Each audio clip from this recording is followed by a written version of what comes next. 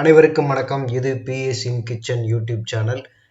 இன்னைக்கு நம்ம அசத்தலான செம்ம டேஸ்டான கேரளா ஸ்டைலில் ஒரு அவியல் பண்ண போகிறோம். அதுக்கு நாம் இப்போ எடுத்துருக்கிற காய்கறிகள் பார்த்தீங்கன்னா, முருங்கைக்காய் ஒரு 2 நல்ல பிஞ்சான சூப்பரான முருங்கைக்காயை வாங்கிக்கோங்க. கேரட் ஒரு 2 எடுத்துக்கோங்க. பீன்ஸ் ஒரு 10 எண்ணெய் எடுத்துக்கோங்க. உருளைக்கிழங்கு நல்ல பெரிய உருளைக்கிழங்கா தோல் சீவி 2 எடுத்துக்கோங்க. கத்திரிக்காய் ஒரு 3 எடுத்துக்கோங்க. அப்புறம் பார்த்தீங்கன்னா கோவக்காய் இருந்ததுன்னா எடுத்துக்கோங்க. இந்த காய்கறிகளை வச்சு தான் இன்னைக்கு நம்ம அசத்தலான டேஸ்டான கேரளா ஸ்டைலில் ஒரு அவியல் பண்ண போகிறோம். முதல்ல நம்ம ஒரு குக்கரில் ஒரு 2 ஸ்பூன் அளவுக்கு தேங்காய் எண்ணெய் ஊற்றிட்டு நறுக்கி வச்சிருக்கிற காய்கறிகள் எல்லாத்தையும் அதில் போட்டு ஒரு 2 நிமிஷம் நல்லா கிளறி அதை வதக்கிக்கோங்க. 2 மினிட்ஸ் அதை நல்லா குக்கரில் போட்டு நம்ம கிளறணும். நல்ல அதில் இருக்கிற எண்ணெய் எல்லாமே அதில் ஈவனாக பரவுற மாதிரி நல்லா அதை வதக்கிக்கோங்க. அடுத்ததாக நாம் பார்த்திங்கன்னா இதில் கொஞ்சம் கொஞ்சமாக இன்க்ரீடியன்ஸில் ஆட் பண்ண போகிறோம். முதல்ல மஞ்சள் தூள் ஆட் பண்ணுறோம். அதுக்கப்புறம் பார்த்திங்கன்னா கொஞ்சமாக தண்ணி ஊற்றிக்கோங்க. நிறைய தண்ணி ஊற்றிடாதீங்க. நிறைய தண்ணி ஊற்றிட்டிங்கன்னா அந்த காய்கறிகள் குழஞ்சி போயிடும். நம்ம குழஞ்சி போகிற மாதிரியான அவியல் கிடையாது. அது கூட்டு அவியல் கிடையாது. இப்போ ஒரு அரை ஸ்பூன் அளவுக்கு மஞ்சள் தூள் ஆட் பண்ணிக்கோங்க. ஒரு 2 ஸ்பூன் அளவுக்கு நம்ம எவ்வளோ தயார் பண்ணுறோமோ அதுக்கேற்ற மாதிரி சால்ட்டு ஆட் பண்ணிக்கோங்க.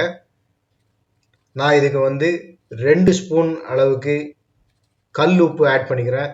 இந்த அவியல் 5-6 பேர் தாராளமாக சாப்பிட்லாம். இப்போ நல்லா அதை கிளறிட்டு மிக்ஸ் பண்ணிவிட்டு ஒரு தட்டு போட்டு மூடிடுறேன். அடுப்பை மீடியமாக வச்சுக்கோங்க. ரொம்ப முக்கியமானது காய்கறிகள் குழஞ்சிடக்கூடாது. அதை பார்த்துக்கோங்க. தண்ணி லேசாக ஊற்றிக்கோங்க. நிறைய தண்ணி ஊற்றிடாதீங்க. அதே மாதிரி குக்கர் மூடி விசில்லாம் வச்சிடாதீங்க. காய்கறிகள்லாம் குழஞ்சி போயிடும். முருங்கைக்காயெல்லாம் பார்த்தீங்கன்னா தெரியாமல் போகும். நல்லா குழஞ்சி போயிடும். அப்படிப்பட்ட அவியல் கிடையாது. அது கூட்டு.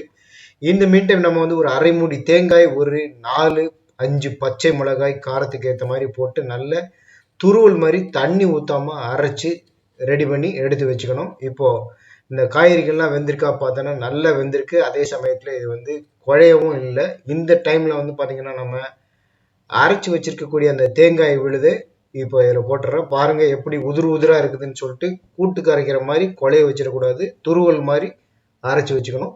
அப்புறம் பார்த்தீங்கன்னா ஒரு 50லேருந்து அதிகம் இல்லாமல் ஒரு 100 ml தயிர், கட்டி தயிர், சின்ன கப்பு கட்டி தயிர் அதில் போட்டுக்கோங்க. கொஞ்சமாக பெருங்காயத்தூளையும் இதில் இப்போ நம்ம ஆட் பண்ணிடுறோம். ஆட் பண்ணிவிட்டு அப்படியே காய்கறிகளை கொத்தாமல் அப்படியே இந்த தயிர், தேங்காய் விழுது, இந்த பெருங்காயம் இதெல்லாம் போட்டிருக்கோம். இதை நல்ல ஈவனாக மிக்ஸ் ஆகிற மாதிரி அதை அப்படியே கிளறி விடுங்க. ஒரு 2லேருந்து 3 ஸ்பூன் அளவுக்கு கடைசியாக தேங்காய் எண்ணெய் அதில் அதை சுற்றி ஊற்றிக்கோங்க. இப்போ நம்ம இது எல்லாமே நல்லா மிக்ஸ் ஆகிற மாதிரி ஒரு கரண்டியை வச்சு நல்லா கிளற போகிறோம். கருவேப்பிலை இருந்தது அப்படின்னா அந்த கருவேப்பிலையை பச்சையாக ஒரு கொத்து பச்சையாக கருவேப்பிலை அதில் போட்டுருங்க. போட்டு நல்லா கிளறி வச்சிட்டிங்க அப்படின்னா ஒரு 2லேருந்து 3 நிமிஷம், அதிகம் வேண்டாம், 2-3 மினிட்ஸுக்கு நல்லா கிளறி வச்சிட்டிங்கன்னா அந்த தேங்காய், அந்த அப்புறம் பெருங்காயம், அந்த தேங்காய் எண்ணெய், இது எல்லாமே தயிர் எல்லாமே பார்த்தீங்கன்னா நல்லா ஈவனாக மிக்ஸ் ஆகிரும். அது பாருங்கள் அவியல் எப்படி இருக்குதுன்னு. இதை பார்த்தீங்கன்னா இந்த மாதிரி நீங்கள் வீட்டில் செய்து கொடுத்தீங்க அப்படின்னா அப்படியே வெறுமனையே எல்லாருமே ஒரு கிண்ணத்தில் ஒரு தட்டில் போட்டு சாப்பிடுவாங்க. ஸ்நாக்ஸ் மாதிரி சாப்பிடுவாங்க. ஏன்னு கேட்டால் எங்கள் வீட்லேயும் அதே மாதிரி தான் நடந்தது. இது செம்ம டேஸ்ட்டாக இருக்கும். டேஸ்ட் அடிச்சிக்கவே முடியாது. இந்த மாதிரி அவியல் பார்த்தீங்கன்னா இது மாதிரி செய்தீங்கன்னா இதுக்கு முன்னாடி இது மாதிரி சாப்பிட்டதே கிடையாது அப்படின்னு கூட நீங்கள் நினைப்பீங்க.